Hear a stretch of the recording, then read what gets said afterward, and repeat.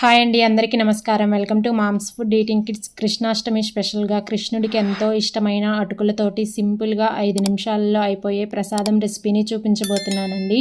ఇలా ఒకసారి చేసుకోండి. ఏదైనా స్వీట్ తినాలనిపించినప్పుడు లేదా ప్రసాదం సింపుల్గా అయిపోవాలి అనుకుంటే ఇలా ట్రై చేయండి. చాలా బాగుంటుంది, టేస్ట్ కూడా. ఈ ప్రసాదం చేయడానికి ఇలా ఒక చిల్లులు గిన్నె తీసుకొని దానిలోకి 1 కప్పు పల్చగా ఉండే అటుకులు వేసుకోండి. ఈ స్వీట్కి బాగుంటుంది, మందపి అయితే బాగోదు.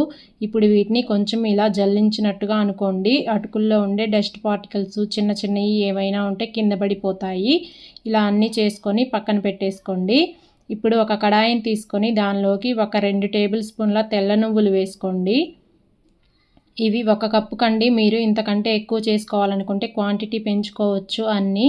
వీటిని మంటని సిమ్లో పెట్టి మంచి రంగు వచ్చే వరకు వేయించుకోండి. కొంచెం చిటపటమంటాయి కదా, అప్పటి వరకు వేయించుకొని వీటన్నిటినీ తీసి పక్కన పెట్టేసుకోవాలి. చూసారా, నువ్వులు అనేవి ఇలా బాగా వేగిపోయిన తర్వాత పక్కన పెట్టేసుకోండి. ఇప్పుడు మళ్ళీ అదే కడాయిలో 1/4 కప్పు బెల్లం వేసుకోండి. అలాగే 1 టీ స్పూన్ నీళ్లు వేసుకొని ఈ బెల్లాన్ని కలుపుకుంటూ కరిగించుకోవాలి. అంతే, పాకం అనేది ఏమీ రానవసరం లేదండి. బెల్లం అనేది ఊరక కరిగిపోతే సరిపోతుంది. చూసారా, ఇలా బాగా కరిగిపోయి ఉంటుంది బెల్లం అనేది. ఇప్పుడు 1 నిమిషం ఇలా బాగా కలుపుకొని స్టవ్ ఆపేసేయండి. ఈ బెల్లం సిరప్ని అంతా కొంచెం గోరువెచ్చగా అయ్యే వరకు పెట్టుకోండి. ఈ బెల్లం సిరప్ ఇలాగా గోరువెచ్చగా అయిపోయాక 1 హాఫ్ టీ స్పూన్ యాలకుల పొడి, కొంచెం ఉప్పు వేసుకోండి, టేస్ట్ బాగుంటుంది.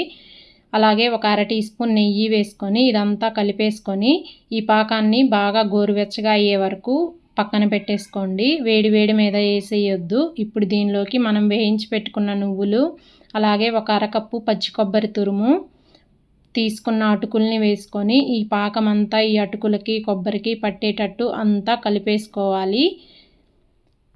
ఇలా అంతా స్లోగా కలుపుకోండి. చాలా బాగా అంతా కలిసిపోయేటట్టు కలుపుకోవాలి.